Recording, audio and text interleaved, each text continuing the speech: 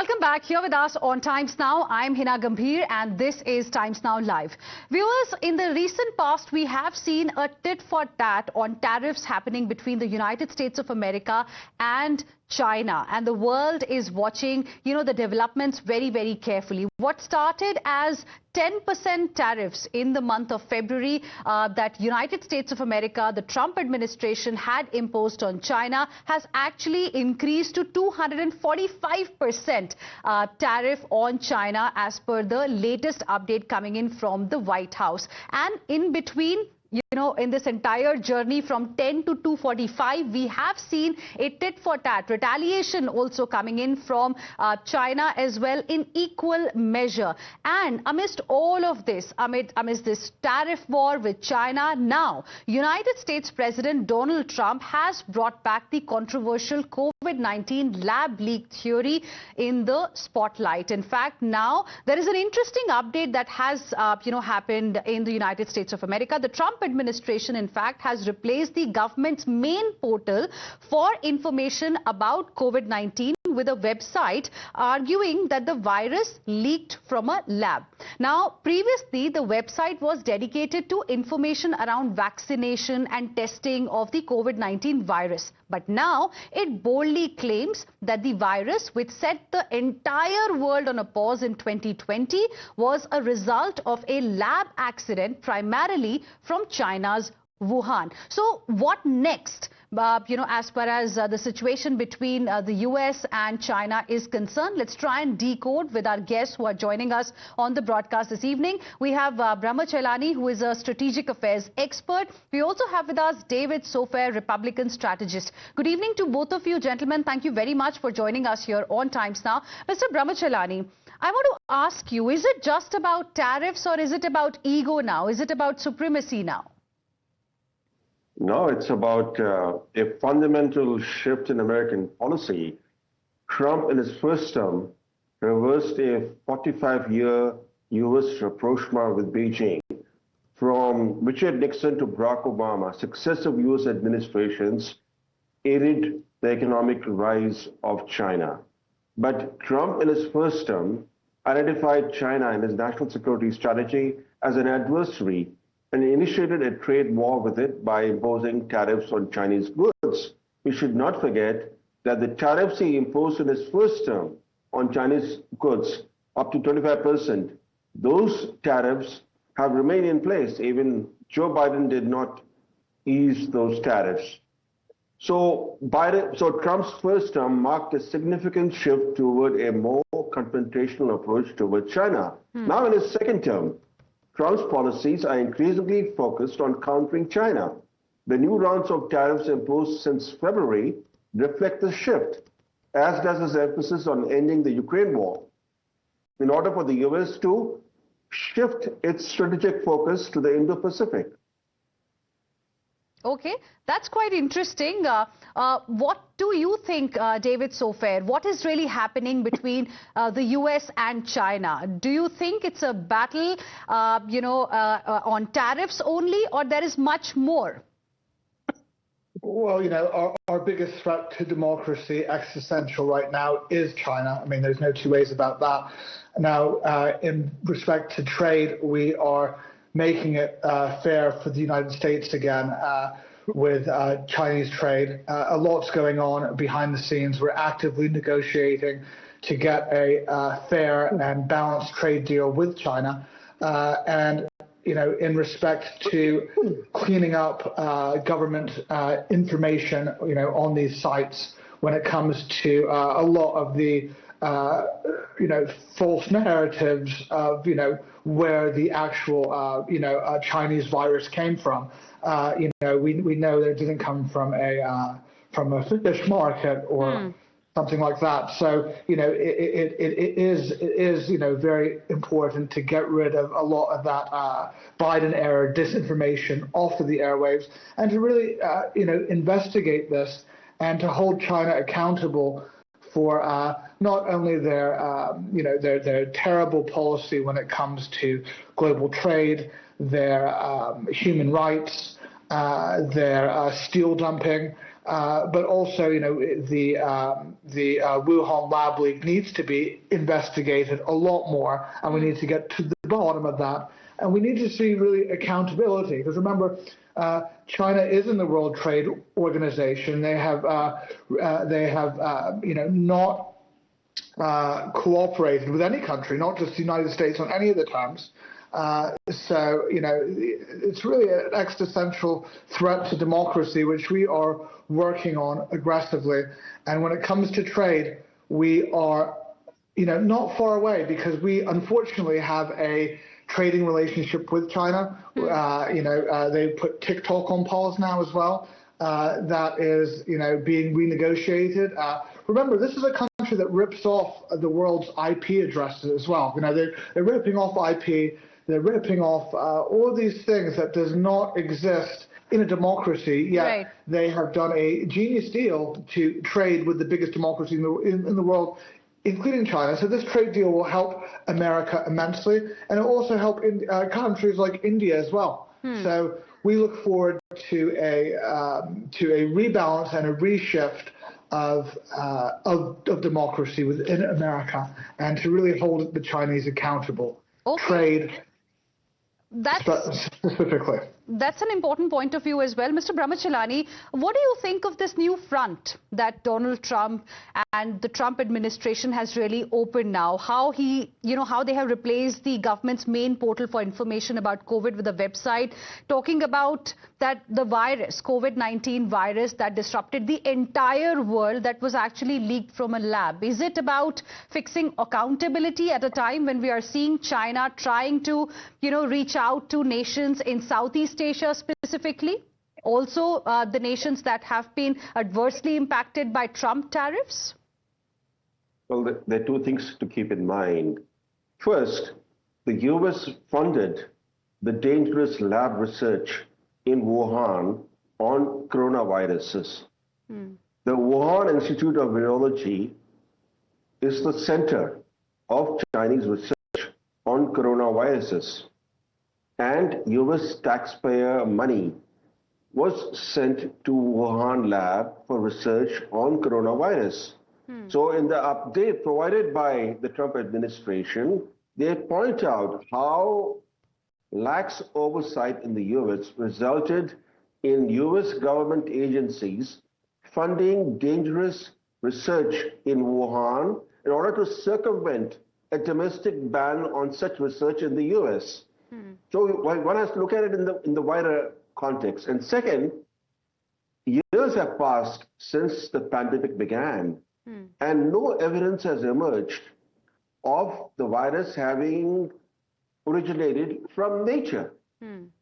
By now, there would have been some trace of evidence that this wasn't a lab leak, this was actually a virus that was born in nature. But no such evidence has been released even by Chinese scientists. In fact, even before Trump took office, there was a shift in scientific opinion in the West toward the likelihood that this virus originated from a lab. So what Trump administration is doing, it's actually going with the evolving scientific tide. The fact is that nobody wants the COVID truth because of the US-Chinese collaboration in causing the most dangerous and the most intense pandemic in about a century. And of course, millions of people died. So if the US were to openly admit its culpability, it will face lawsuits from families of victims. So nobody wants the COVID truth, but yet without revealing America's own role in the Wuhan lab leak incident, the Trump administration, through its revised update, has acknowledged that US taxpayer money funded the so-called gain-of-function research in Wuhan. So what do you think, David Sofair, the message that Trump administration, by doing this, is trying to give to the people of America and to the world? Well, I'll tell you, what they're doing is they are putting out all the information. I mean, it's clear that it's come from a lab, and it's clear that, there was a lot of bad actors in this whole process of misinformation and disinformation. If you look at the WHO, if you look at Anthony Fauci, who was effectively turned into a pharmaceutical rep, all of these things have to be addressed. So there was lots of conflicts of interest there. Millions of people died. I'm not going to go on to things that we can't prove. In this administration, we do not deal in conspiracy theories or opinions. We are talking about facts and disseminating the facts and analyzing the facts. So I won't go into theories or ideas. What your other panelists said, we don't agree with him, with his view, as there was many other countries as well that were, that were through the WHO that were participated in these research labs. So again, there was no transparency in this. So we need to keep that in view. Moving forward, God forbid another pandemic happens or a big leak. Who's in charge? We saw the bad actors at the WHO. We saw the Chinese influence in there. We saw the Chinese influence in America. It was not called COVID-19. It was called the Chinese virus. Now, the Chinese spent billions of dollars in some of America's biggest lobbying firms to change the name and to create a phony narrative that, viruses don't come from somewhere. Well, they do. So there was a lot of disinformation there, and we had single parties shaping the narrative of things that we didn't know at the time, whether that was Dr. Fauci or another bad actor was Tedros at the WHO, who, seemed that he met with Xi Jinping a few weeks before this whole accident or mistake happened. We can call it a lab leak. So that needs to be taken into account. Also, Big Pharma had a huge role in this whole thing of the vaccines, these vaccines and mandates. And remember, if you take a vaccine, you're hoping that they work, right? So the efficacy of the vaccine was, was pretty flimsy, when it comes to the data. And so it's really, we're still reeling in from this. It's a huge tragedy for the stock markets and trade. Well, absolutely, it was. But Mr. Brahma Chellaney, then the question really that begs an answer is that what do we make of the timing of this particular new move by Trump administration? Because simultaneously, Donald Trump is saying that US is having nice conversations with China. Well, I think his reference to the nice conversations with China is to calm the markets, because the markets have become very turbulent, and he's trying to reassure the market that things are in control. But if you read Trump's book of 1987, The Art of Deal, in which he outlines his negotiating tactics, those same negotiating tactics he has employed as president, both in his first term and now in the second term. And these tactics include sprinkling some flattery on the other side, providing some reassurance to the other side about that he could be trusted, while at the same time employing hardball tactics to achieve his objectives. Now he's doing that with every other player in the world, not just with China, with every other player. So, for example, he calls Xi Jinping brilliant, a great leader, etc., etc. But the fact is that now it's very clear that Trump has made China his principal target. That is the fundamental shift in America's policy, and there is bipartisan support for it. Even, of course, the shift happened in Trump's first term. And Biden, who reversed many of the things that Trump did in his first term, Biden did not reverse the stance on China. And now in his second term, he is clearly, very clearly, seeking to shift U.S. strategic focus from Europe to the Indo-Pacific, and the leaked the leaked interim national defense strategic guidance signed by Defense Secretary Hexet makes it very clear that it says that the US is seeking to reorient its military architecture toward the Indo-Pacific to prepare for and win a potential war with China. So that is the reality that one has to accept, that there is a clear focus on China as the prime adversary of the United States.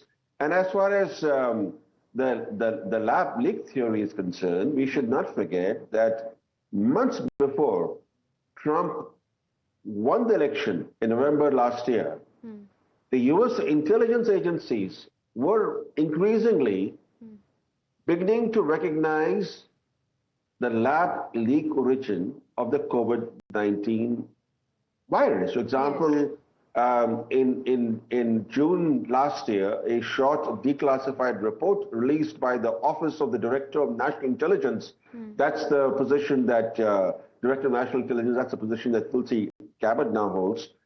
That office released a declassified report that actually acknowledged that, that the lab leak was the most probable theory. It spoke about how the Wuhan Institute of Virology was conducting extensive research on coronaviruses, etc. And more recently, in January, the CIA publicly acknowledged that the COVID virus most likely originated from the Chinese lab. So that's a background that we should not forget. Yes, but sir, coming back to the point that you made that China is the target number one, the prime target for the Trump administration. Do you think the response by China in Trump 2.0 is definitely different from Trump 1.0, something that perhaps Donald Trump himself did not really anticipate? Is that the reason why suddenly in between, on one side, he's continuously raising the tariff, on the other side, these kind of statements are also coming, like you explained to us, about how his negotiation tactics really are. So do you think he also did not expect China to retaliate in the way China is doing this time? On social media, how TikTok specifically is being used by China to tell the world that all these luxurious, brands and the products that are made, they are actually made in China, offered at much cheaper prices because that's where they are made. So what do you think of the response by China? Hira, China's response is much weaker and more muted than the American actions. That's largely because of the fact that China does not have similar leverage. No, I'm talking about China's response in Trump 1.0 vis-a-vis Trump 2.0. Yes. Now, you see, China exports 5 times more goods to the US than it imports. So obviously, its leverage, its retaliatory leeway is much more constricted. For example, they have not matched Trump's tariffs. Trump officially has levied so far, right in his second term, forget about the first term, he has levied so far 145% tariffs on Chinese goods. You mentioned earlier in your introduction, it's 245. Yes. Whatever the figure is, yeah. China has only gone up to 125. Yes, it's 245 versus 125 right now. Yeah, it's also said that it will not further escalate on the tariff front because it doesn't have the leverage. After all, when you are exporting 5 times more than what you're importing from the US, you have a weaker hand, and that's the reason why, and especially given the fact that right now China's economy is doing very badly. So this is really a bad time for Xi Jinping, and Trump's tariff war is going to make a difficult situation worse for Xi Jinping.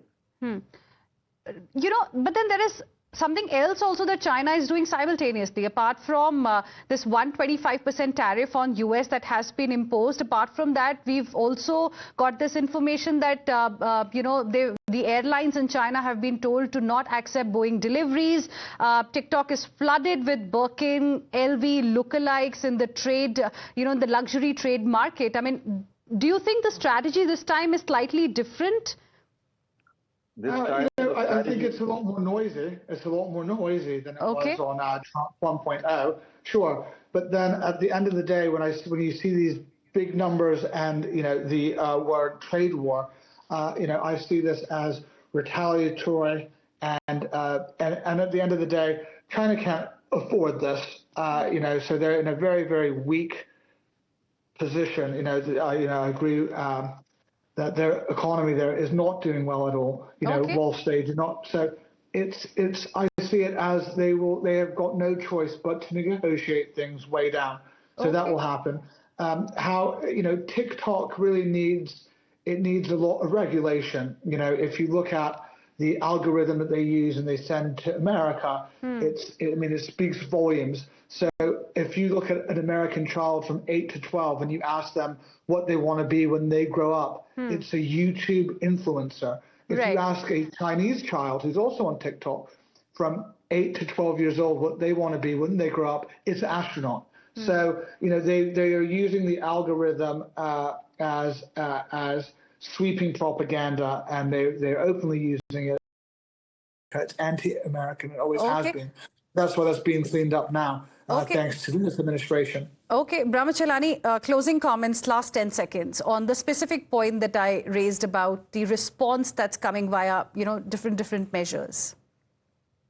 Trump, in his second term, is pursuing a strategic long-term approach toward China. For example, his new restrictions on chip exports to China are clearly aimed at slowing, if not crushing, China's artificial intelligence program. The AI program of China has been relying a lot on American chips. So strategically, what Trump 2.0 is seeking to do is to slow China's aggressive rise, because successive American presidents, as I said, from Nixon to Barack Obama, aided China's rise, and Biden also aided China's rise in a way, even though he did not reverse, Trump's first term policy on China. So now in his second term, Trump seems to be in a hurry. He seems to be in a hurry first to end the war in Ukraine so that the US can focus squarely on China. And two, he knows that the way to make America great again is to slow down China's aggressive rise.